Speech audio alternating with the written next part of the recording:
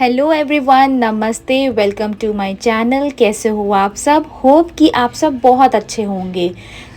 गर्मियाँ आ चुकी है और हम सब अपने अपने घरों में गर्मियों के कपड़े बाहर निकाल चुके होंगे एंड ठंडी वाले कपड़े अंदर रख चुके होंगे या फिर रखने वाले होंगे। और इस प्रोसेस में मैं थोड़ी पीछे हूँ क्योंकि मैं अभी वेकेशन से आई हूँ और ठंडी जगह पे गई थी, इसीलिए अभी तक मेरे कपड़े वापस नहीं रखाए हैं। तो ये काम मैं अभी करूँगी। तो आज मैं इस वीडियो में आप लोग के साथ अपनी बेटू के वार्डरोब ऑर्गेनाइजेशन के बारे में बात करने वाली हूँ कि मैं कैसे कैसे उसको ऑर्गेनाइज कर रही हूँ। उसके सारे सर्दियों वाले कपड़े मैं वापस रखूँगी एंड वापस से उसके कबर्ड को ऑर्गेनाइज करूँगी। और अगर आपको मेरा ये वीडियो पसंद आता है तो please give a like, comment and subscribe it to my channel. और अगर आप पहली बार आए हैं तो हाय एंड प्लीज़ सब्सक्राइब ज़रूर करें। तो चलिए वीडियो स्टार्ट करते हैं। तो ये है पूरा ओवरऑल व्यू मेरे कबर्ड का। अब ये ऐसा हालत हो चुका है मेरी बेटू का कबर्ड। वेकेशन से आने के बाद मैंने सारे कपड़े धुल के ट्रॉली बैग में ही रख दिया था, क्योंकि अगर कपड़े इस तरीके से बिखरे रहते तो घर पूरा बिखरा लगता और मेरे पास टाइम नहीं था कि मैं सारे कपड़े को अरेंज करूँ। तो आज मेरी छुट्टी है तो मैं आज बैठ के सारे ऑर्गेनाइज़ कर रही हूँ कपड़ों को और अपनी बेटू का वार्डरोब भी ऑर्गेनाइज़ कर रही हूँ, क्योंकि अब सीजनल चेंज तो करना है। तो यहाँ पे पूरे घर के कपड़े जो धुले थे वो यहाँ पे रखे हुए हैं और इन्हीं में से मैं अपनी बेटी का कपड़ा जो है वो सेग्रीगेट करूँगी।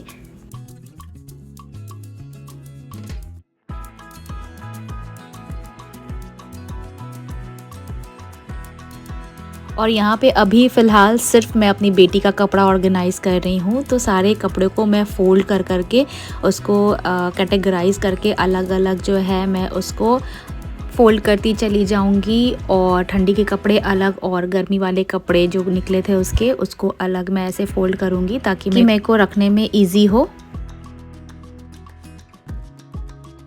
और जो बाकी फैमिली मेम्बर्स के कपड़े हैं उसको मैं वापस ट्रॉली बैग में रख दूंगी, क्योंकि वो अगर इस तरीके से बिखरा पड़ा रहेगा तो वो अच्छा नहीं लगेगा और आप कॉन्सेंट्रेट होकर काम भी नहीं कर पाओगे।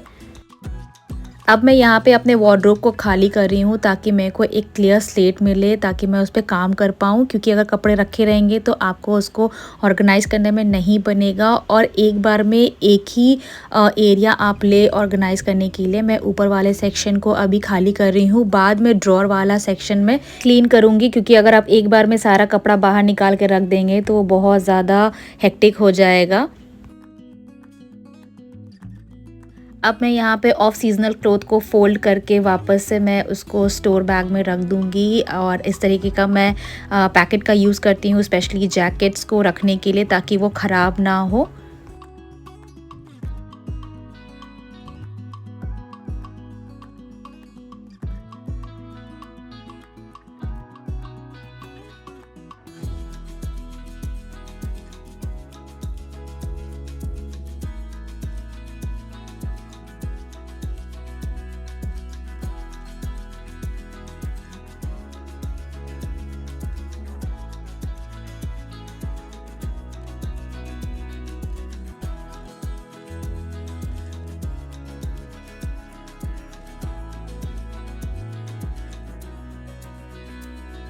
एंड मैंने यहाँ पे बड़ा सा स्टोरेज बैग लिया है और इसी में मैं अपनी बेटू के सारे विंटर्स वाले कपड़े इसमें रखूँगी।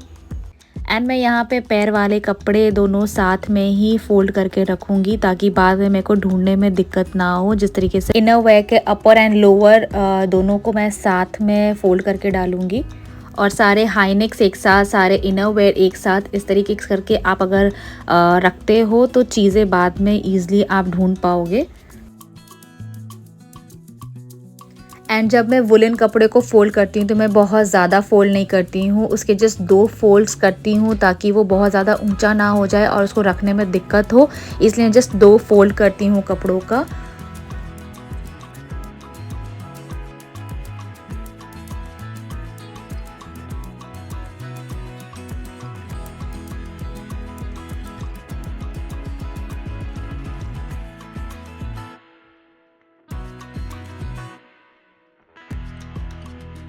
एंड जो छोटे छोटे कपड़े होते हैं जैसे स्टॉकिंग्स हो गए और सॉक्स हो गए, ग्लव्स हो गए, कैप हो गए, इन सब को मैं अलग से पैकेट में करके रखती हूँ ताकि ये सब एक जगह ही रहे और मेरे को ईज़िली मिल जाए, इसीलिए भी।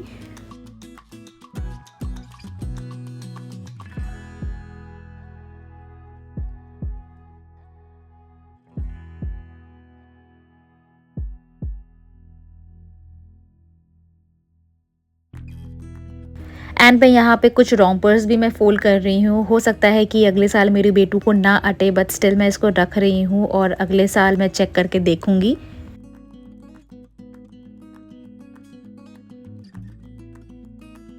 अब मैं उसके बाकी हैंग किए हुए जो फ्रॉक्स है उसको मैं निकाल रही हूँ अपने वार्डरोब से, क्योंकि ये तो स्टोरेज बैग में नहीं जाने वाला है। मैं अभी वार्डरोब क्लीन करूँगी एंड देन उसके वापस से मैं इसको हैंग करूँगी।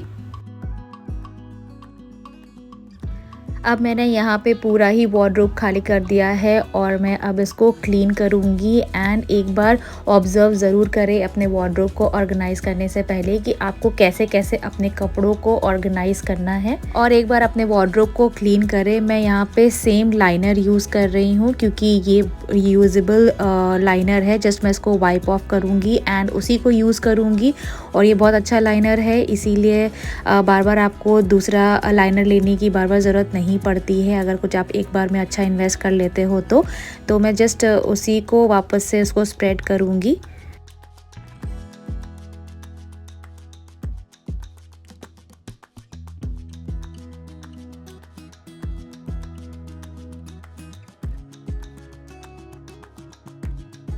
एंड देन मैं वन बाय वन सारे हैंगिंग फ्रॉक्स को मैं वापस से हैंग करूँगी। एंड जो भी उसके लेस होते हैं पीछे बांधने वाले उसको टाई अप ज़रूर कर ले, नहीं तो वो एक मैसी लुक क्रिएट करता है।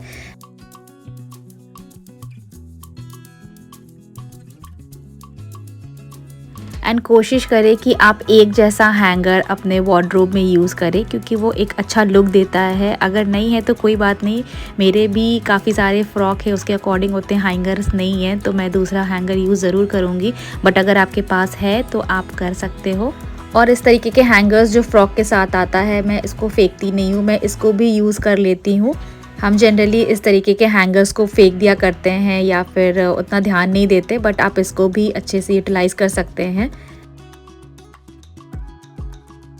एंड कुछ इस तरीके का एक्सटेंडेबल रॉड मैं यूज़ करती हूँ अपने हैंगिंग स्पेस पे एक एक्स्ट्रा स्पेस क्रिएट करने के लिए, क्योंकि ये काफ़ी लंबा एरिया है मेरा और ये फालतू का एरिया बर्बाद होता है, तो इसीलिए मैं यहाँ पे एक एक्स्ट्रा एरिया क्रिएट करती हूँ हैंगिंग का। ये आइडिया मैंने आपको अपने पिछले वार्डरोब ऑर्गेनाइजेशन में भी दिखाया था। एंड जो भी छोटे कपड़े हैं या फिर जल्दी वो छोटे हो जाएंगे इस तरह के कपड़े हैं उसको हमेशा सामने रखें या नीचे की तरफ रखें ताकि आप उसको ज़्यादा यूटिलाइज़ कर सको। एंड आप लोगों में से कुछ लोगों ने मुझसे पूछा था कि मैं अपनी बेटू का शॉपिंग कहाँ से करती हूँ, तो कुछ कपड़े जो हैं वो उसके गिफ्टेड है, कुछ मैं ऑनलाइन शॉपिंग करती हूँ, कुछ लोकल स्टोर से करती हूँ। और अगर आपको जो भी कपड़ों के बारे में जानना है तो आप मुझे कमेंट सेक्शन में ज़रूर बताएं, मैं उसका लिंक आपके साथ शेयर करूँगी। नेक्स्ट मैं अपना ड्रॉर ऑर्गेनाइज़ करूँगी। एंड पहले मैं ड्रॉर ऑर्गेनाइज़ करने के लिए इस तरीके का ऑर्गेनाइज़र यूज़ करती थी और मैंने ये आप लोगों को अपने पिछले वार्डरोब ऑर्गेनाइज़र में दिखाया है। और इस बार थोड़ा अलग मैं ऑर्गेनाइज़ करने वाली हूँ, कुछ अलग ऑर्गेनाइज़र का यूज़ करूँगी। एंड मैं यहाँ पे लाइनर स्प्रेड कर रही हूँ। पिछली बार मेरे को लाइनर स्प्रेड करने की ज़रूरत नहीं पड़ी थी तो इसीलिए मैं अभी ये काम कर रही हूँ। एंड यहाँ पे फर्स्ट ड्रॉर में मैं एनी के बाहर जाने वाले कपड़े में ऑर्गेनाइज़ करूँगी और उसके लिए मैंने यहाँ पे ड्रॉर डिवाइडर का यूज़ कर रही हूँ। और यहाँ पे जितने भी उसके जीन्स और टॉप्स ये सारे मैं यहाँ पे ऑर्गेनाइज़ करूँगी।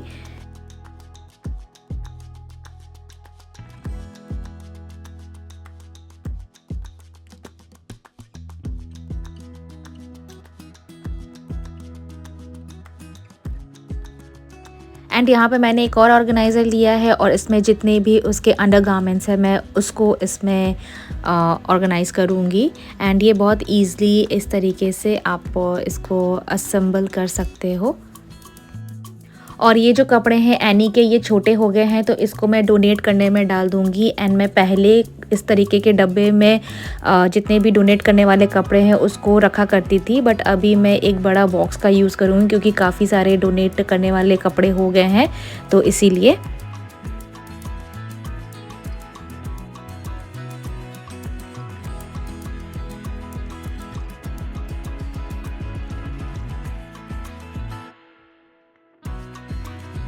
एंड नेक्स्ट इम्पॉर्टेंट स्टेप ये भी है कि आप चीज़ों को लेबल ज़रूर करें, ताकि आपके एब्सेंस में अगर या बच्चों का वार्डरोब यूज़ करते हैं तो उनको पता हो कि कौन सी चीज़ें कहाँ रखी हुई है, वो आराम से इसे देख ले और उनको समझ में आ जाए कि इसमें क्या रखी हुई है। यहाँ पे मैंने एक A4 शीट लिया है और उसी पे मैंने छोटा सा ऐसे लिख करके और उसके ऊपर ऐसे सेलो टेप लगा दिया है, ताकि ये ख़राब भी नहीं होगा और आप इसको रीयूज़ बार बार कर सकते हो।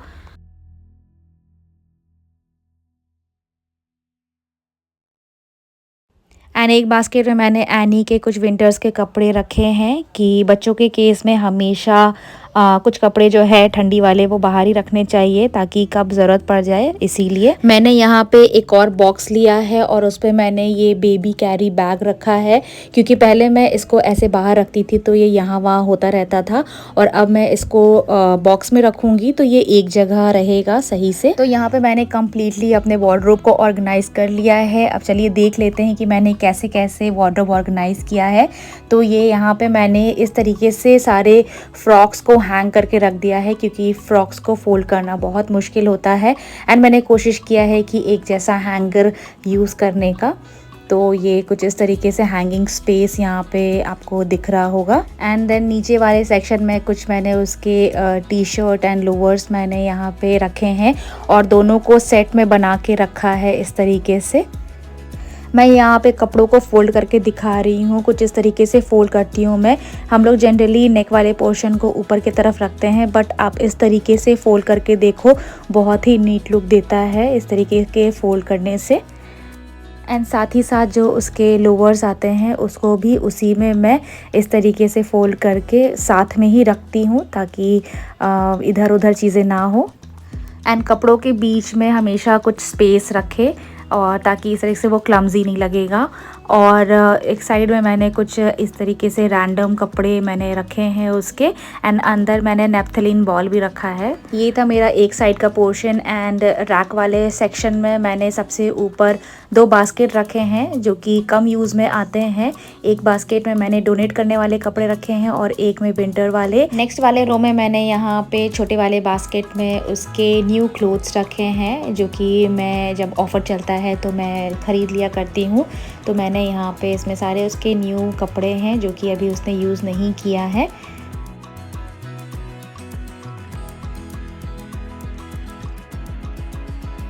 एंड नेक्स्ट वाले बास्केट में मैंने आपको ऑलरेडी दिखा दिया है कि मैंने उसमें बेबी कैरी बैग रखा है। एंड देन उसके नीचे वाले शेल्फ में मैंने उसके जितने भी एसेसरीज़ है, एक तरीके से उसके सारे एसेसरीज सेक्शन है मैंने यहाँ पे बना के रखा है। जैसे हेयर एसेसरीज़ हो गए, बैग्स हो गए, ये सब जो भी उसके पास है मैं यहाँ पे नीचे वाले रो में रखती हूँ, ताकि यहाँ से एसेस करना बहुत ईजी हो।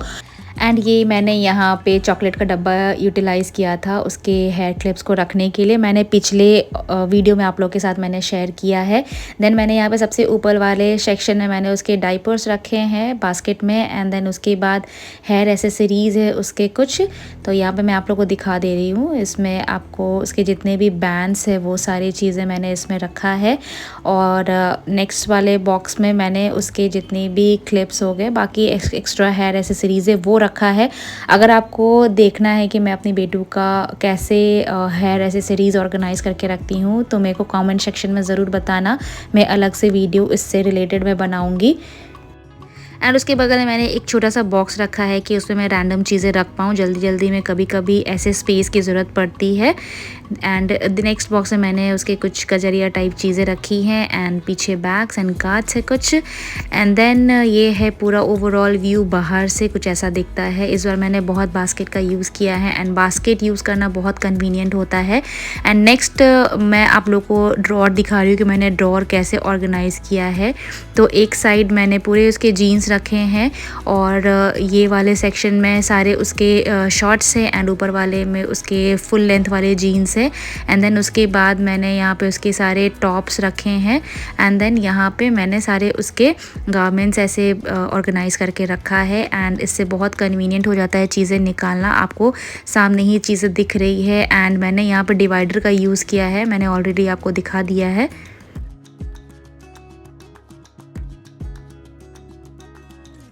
एंड नेक्स्ट ड्रॉर में मैंने जो भी घर में पहनने वाले कपड़े होते हैं उसको ऑर्गेनाइज़ किया है। एंड उसको ऑर्गेनाइज़ करने के लिए मैंने यहाँ पे अगेन फ़ोन वाला जो केस होता है उसी को यूज़ किया है। तो इस केस में मैंने उसके सारे कुछ हैंकीज़ है वो रखे हैं एंड फ्रॉक्स हो गए या फिर उसके जो भी गर्मी में पहनने वाले कपड़े होते हैं, पैंट्स मैंने इस ऑर्गेनाइज़र में इस तरीके से ऑर्गेनाइज़ किया हुआ है। एंड कुछ सॉक्स मैंने इधर ऐसे रखे हैं। तो ये जितने भी उसके घर में पहनने वाले अभी बचे हुए हैं तो वो मैंने यहाँ पे रखा है, जो अभी फ़िलहाल उसको अट रहा है।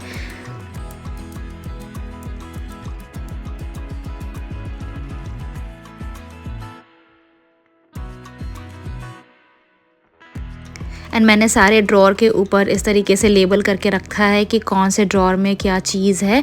एंड इस थर्ड वाले ड्रॉर में मैंने सारे उसके मेडिसिन सेम ऑर्गेनाइज़र में ऐसे ऑर्गेनाइज़ करके रखा है। एंड देन उसके बाद मैंने सारे उसके बेबी केयर वाले आइटम्स, यहाँ पे उसके डाइपर बैग एंड कुछ यहाँ पे टॉयज़ जो कि अभी यूज़ में नहीं आया है वो सारे मैंने यहाँ पे ऐसे अरेंज करके रखा है।